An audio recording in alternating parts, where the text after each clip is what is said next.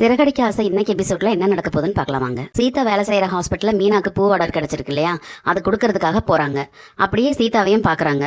வாக்கா வா பூ கொடுத்துட்டியா அப்படின்னு சொல்லி பேசிட்டு இருக்காங்க. சரி நான் கிளம்புறேன்டி, வேலை இருக்கு அப்படின்னு சொல்லிட்டு கிளம்புறக்கு போகும்போது வாக்கா டீ குடிச்சிட்டு போவையாமா அப்படின்னு சொல்லிட்டு சீதா கூட்டிட்டு போறாங்க. உட்காந்து பேசிட்டு இருக்கும்போது என்னக்கா நம்ம விசாரிச்ச விஷயத்தை வந்து வீட்டுல சொன்னையா அப்படின்னு சொல்லி கேட்கறாங்க. உன்னதாண்டி நான் அடிக்கணும், நான் அதை போய் சொல்ல ஆரம்பிச்சு என்னென்ன பிரச்சனைலாம் ஆயிப்போச்சு தெரியுமா அப்படின்னு சொல்லிட்டு சொல்லி முடிக்கிறாங்க. என்னக்கா டாக்டர்கிட்ட கேட்டு நான் வேணா டீட்டெயிலா சொல்லட்டுமா அப்படின்னு சொல்லி சீதா கேட்கறாங்க. பேசாம இருடி, இந்த விஷயத்துல நம்ம இனிமே தலையிலாம இருக்கிறது நல்லது அப்படின்னு சொல்லிட்டு மீனா சொல்றாங்க. சரி நீ வேலை பாரு, நான் கிளம்புறேன் அப்படின்னு சொல்லிட்டு மீனா கிளம்பிடுறாங்க. மீனாவை அனுப்பிட்டு சீதா உள்ள போகும்போது மேனேஜர் வந்து இங்க வா அப்படின்னு சொல்லி கூப்பிடுறாரு. நீ எதுக்கு இங்க வந்த அப்படின்னு சொல்லி கேட்கிறாரு. சார் நீங்க தான் சார் இங்க ரிசப்ஷனுக்கு வர சொன்னீங்க அப்படின்னு சொல்லிட்டு சொல்றாங்க. இங்க வேலை செய்யறதுக்கு தானே வந்த வேலையை மட்டும் பார்க்கணும், எதுக்கு உனக்கு இந்த வேண்டாத வேலையெல்லாம் அப்படின்னு சொல்லி கேட்கிறாரு. சீதா ஒன்னும் தெரியாம முழிக்கிறாங்க. அந்த மேனேஜர் உடனே இங்க ரோஹிணின்னு சொல்லி ஒரு கிளைண்ட் வருவாங்களா, அவங்க உன்னை பத்தி கம்ப்ளைண்ட் பண்ணிருக்காங்க, நீ ஹாஸ்பிட்டலுக்கு வர பேஷண்டோட டீடைல்ஸ் எல்லாம் வெளியே சொல்லிக்கிட்டு இருக்கியா, இதான் உனக்கு வேலையா அப்படின்னு சொல்லி திட்டுறாரு. சார் இல்ல சார், அவங்க எங்களோட ரிலேஷன் அதனாலதான் அப்படின்னு சொல்லிட்டு இவங்க சொல்ல வராங்க. அதை கேட்ட மேனேஜர் வந்து பேசாம இரு, இங்க வர்ற கிளைண்ட்ஸ் எல்லாம் ஒவ்வொருத்தரும் ஒவ்வொரு மாதிரி, அவங்களோட டீடைல்ஸ் எல்லாம் வெளியே சொல்லக்கூடாதுன்னு உனக்கு தெரியாது, ஏதோ நல்லா படிச்ச பிள்ளையாச்சுன்னு சொல்லி வேலை கொடுத்தா வேண்டாத வேலையெல்லாம் பாத்துக்கிட்டு இருக்க, உனக்கு இங்க வேலை இல்ல, முதல் வெளியே போ அப்படின்னு சொல்லி சொல்றாரு. உடனே சீதா சார் என்னை மன்னிச்சிடுங்க சார், இனிமே அந்த மாதிரி எல்லாம் எதுவும் செய்ய மாட்டேன், எங்க ரிலேஷன் சொல்லி தான் சார் நான் அந்த மாதிரி சொல்லிட்டேன் அப்படின்னு சொல்லிட்டு கெஞ்சுறாங்க. உடனே அந்த மேனேஜர் வந்து அந்த ரோஹிணி மேடம் வந்து இனிமே உங்க ஹாஸ்பிட்டலுக்கே வரமாட்டேன் அப்படிங்கிற மாதிரி என்கிட்ட சொல்லிட்டாரு, உன்னால ஒரு கிளைண்ட் எனக்கு போச்சு, இதே மாதிரி மத்ததெல்லாம் நீ செய்ய மாட்டேன்னு என்ன நிச்சயம் அப்படின்னு சொல்லி கேட்கிறாரு. எங்க அம்மாவும் எங்க அக்காவும் பூக்கட்டி வித்து தான் சார் என்ன படிக்க வச்சாங்க, நாங்க கஷ்டப்படுற ஃபேமிலி சார், இனிமே அந்த மாதிரி நான் தப்பு செய்ய மாட்டேன், என் வேலையை மட்டும் பாக்குறேன் அப்படின்னு சொல்லிட்டு சீதா கெஞ்சுறாங்க.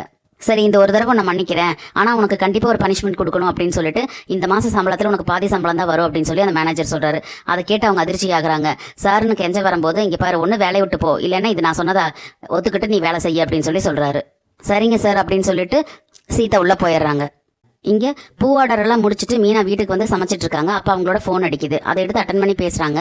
அவங்க அம்மா வீட்டு பக்கத்துல இருக்கிற பூக்காரங்க எல்லாம் கால் பண்றாங்க. மீனா கொஞ்சம் கீழே வா அப்படின்னு சொல்லி சொல்றாங்க. நீங்க எல்லாருமே மேல வாங்கக்கா அப்படின்னு சொல்லி கூப்பிடுறாங்க. இல்லம்மா கொஞ்சம் கீழே வா, அவசரமா பேசிட்டு கிளம்பணும் அப்படின்னு சொல்லி சொல்றாங்க. மீனா உடனே கீழே கிளம்பி வராங்க.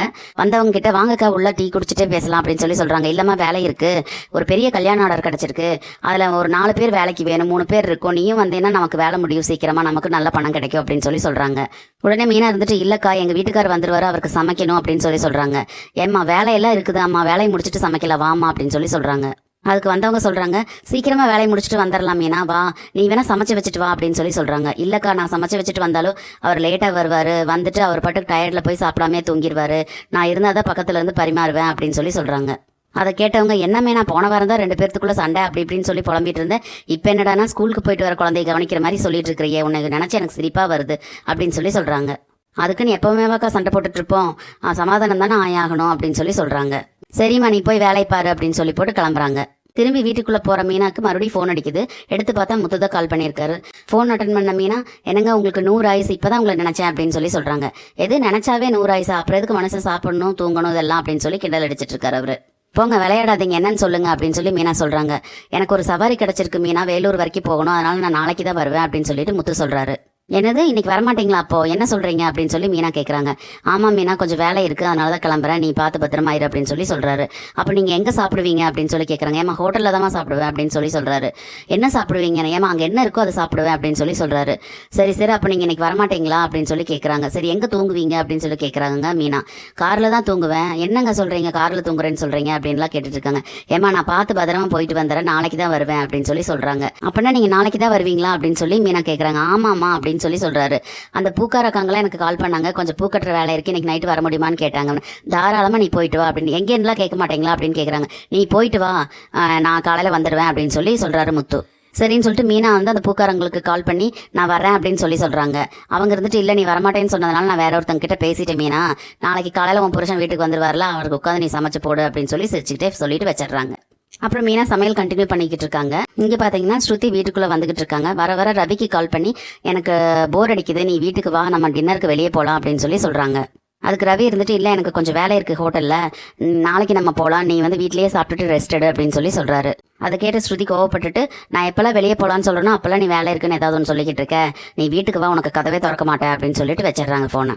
உடனே ரவி வந்து மீனாக்கு கால் பண்ணி நடந்ததெல்லாம் சொல்லிட்டு அண்ணி இவ இப்படி கோச்சுக்கிறா, நான் வரும்போது நீங்க எனக்கு கதவு திறங்க அண்ணி அப்படின்னு சொல்லி கேட்கறாங்க. சரி சரி உங்களுக்கு இதே வேலையா போச்சு, 2 பேரும் சண்டை போட்டுட்டீங்களா, சரி வந்துட்டு கால் பண்ணுங்க நான் கதவு திறக்கிறேன் அப்படின்னு சொல்லிட்டு மீனா சொல்லிட்டு வச்சிடறாங்க. அந்த சமயம் பார்த்து ஸ்ருதியும் கிச்சனுக்குள்ள வராங்க. என்ன பண்றீங்க மீனா அப்படின்னு சொல்லி கேட்கறாங்க. நான் சமைச்சிக்கிட்டு இருக்கேன், சப்பாத்தி பண்ணிக்கிட்டு இருக்கேன் அப்படின்னு சொல்லி சொல்றாங்க. சரி முத்து வரலையா அப்படின்னு சொல்லி ஸ்ருதி கேட்கறாங்க. இல்ல அவருக்கு சவாரி இருக்காமா, வேலூர் வரைக்கும் போறாரு, காலையில தான் வருவார் அப்படின்னு சொல்லி சொல்றாங்க. அதுக்கு ஸ்ருதி இருந்துட்டு ரவியும் வரதுக்கு லேட் ஆகுமாமா, நம்ம 2 பேரும் சாப்பிட்டுட்டு வேணா நம்ம சினிமா பார்க்கலாமா அப்படின்னு சொல்லி சொல்றாங்க. அதை கேட்ட மீனான்ட்டு சினிமாவா அப்படின்னு சொல்லி கேட்கறாங்க. ஆமா இன்னைக்கு நம்ம கேர்ள்ஸ் பார்ட்டி, நீங்க சமைச்சு முடிச்சு எல்லாம் எடுத்து வைங்க, நான் ஃப்ரெஷ்அப் ஆயிட்டு வந்துடுறேன், நம்ம நல்லா சாப்பிட்றோம், உட்காந்து ஜாலியா படம் பார்க்குறோம் அப்படின்னு சொல்லிட்டு போறாங்க. சரி என்ன படம் பார்க்குறோம் அப்படின்னு சொல்லி மீனா கேட்குறாங்க. இல்லை இப்போ புதுசாக வந்த பேய் படம் ஒன்று இருக்குது, அதை பார்க்கலாம் அப்படின்னு சொல்லி சொல்கிறாங்க.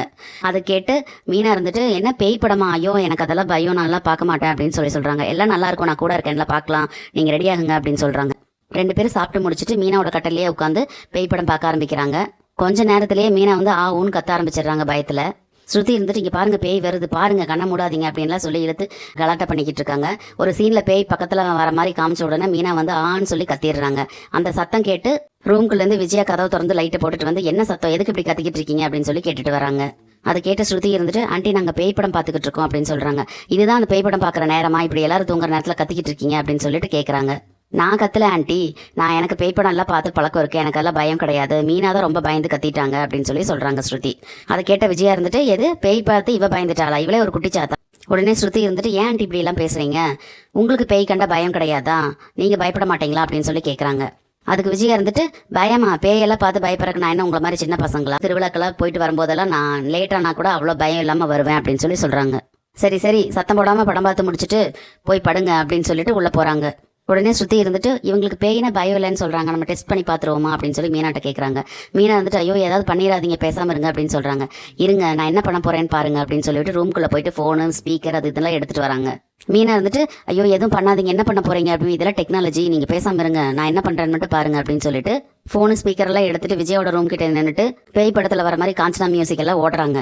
லைட்டா சத்தம் கேட்க ஆரம்பிச்சுன்னா விஜயா இருந்துட்டு ஐயோ என்ன சத்தம் இது அப்படிங்கிற மாதிரி எந்திரிச்சு உட்காடுறாங்க. கொஞ்ச நேரத்துல வந்து ஸ்ருதி வந்துட்டு ஒரு பேய் வந்து அழுகிற மாதிரி போட்டு விடுறாங்க. அதை கேட்டுட்டு பயந்துட்டு என்னடா இது என்னமோ சத்தம்லாம் வருது அப்படின்னு சொல்லிட்டு எந்திரிச்சு பயத்திலேயே உட்காந்துக்கிட்டு இருக்காங்க. அந்த பக்கம் மனோஜ் பயத்துல எந்திரிச்சிட்டு ரோஹிணின்னு கூப்பிடுறாரு. ரோஹிணி எல்லாம் தூங்கிட்டு இருக்காங்க, பயத்துல அப்படியே உட்காந்துட்டு இருக்காரு. இன்னும் கொஞ்ச நேரம் கழிச்சு ஸ்ருதி வந்து ஒரு பேய உட்காந்து சிரிக்கிற மாதிரி ஹஹஹான்னு போட்டு விடுறாங்க. அதை கேட்டு ரொம்பவே பயந்து போயிடுறாங்க விஜயா. இங்க மனோஜுக்கு அப்படியே அள்ளு பேந்துருது. கொஞ்ச நேரத்தில் மறுபடியும் ஸ்ருதி ஸ்பீக்கரை போட்டு விஜயா விஜயா அப்படின்னு சொல்லி ஸ்பீக்கரில் பேசிக்கிட்டே இருக்காங்க. அதை கேட்டு ஐயோ என்ன நம்ம பேரெல்லாம் சொல்லி கூப்பிடுது, பேய் மாதிரி இருக்குதே அப்படின்னு சொல்லி விஜயா ரொம்ப பயப்பட. இந்த பக்கம் மனோஜ் இருந்துட்டு என்ன இது நம்ம அம்மா பேரெல்லாம் சொல்லி கூப்பிடுது, ஏதோ சத்தம் வருதுன்னு சொல்லி ரொம்பவே பயந்து போய் உட்காந்துக்கிட்டு இருக்காரு. இது போதாதுன்னு சொல்லிட்டு எப்போ பாரு இது என் வீடுன்னு விஜயா சொல்லிட்டு இருக்கிறத மனசில் வச்சுக்கிட்டு பேய் இப்போ சொல்கிற மாதிரி விஜயா இது என் வீடு அப்படிங்கிற மாதிரி எல்லாம் சொல்லி பயன்படுத்திட்டு இருக்காங்க ஸ்ருதி. இங்க ஒரு பக்கம் விஜயா பயப்பட, அங்க மனோஜ் இருந்துட்டு என்ன இது என் வீடுன்னு ஏதோ எல்லாம் சத்தம் கேட்குது பேய் சொல்ற மாதிரி, அப்ப இது எங்க வீடு இல்லையா, நம்மளுக்கு முன்னாடி இந்த வீட்டுல யாரோ தூக்கு போட்டு செத்துருப்பாங்க போல இருக்கு அப்படின்னு சொல்லிட்டு பயத்துல நடுநடுங்கிட்டு உட்காந்துட்டு இருக்காங்க. ஸ்ருதி மாறி இது மாதிரி கலாட்டா பண்ணிக்கிட்டு இருக்காங்க. பின்னால இருந்து மீனா இருந்து எனக்கு பயமா இருக்கு, வாங்க யாராவது வந்துட போறாங்கன்னு சொல்லிட்டு இருக்காங்க, பேசாம இருங்க அப்படின்னு சொல்லிட்டு ஸ்ருதி இதே மாதிரி தொடர்ச்சியா பயன்படுத்திக்கிட்டு இருக்காங்க. நாளைக்கு என்ன நடக்க போகுதுன்னு பொறுத்திருந்து பார்க்கலாம். ஒரே கலாட்டா தான் போங்க. நம்ம வீடியோ பிடிச்சிருந்தா லைக் பண்ணி சப்ஸ்கிரைப் பண்ணுங்க ஃப்ரெண்ட்ஸ். தேங்க்யூ.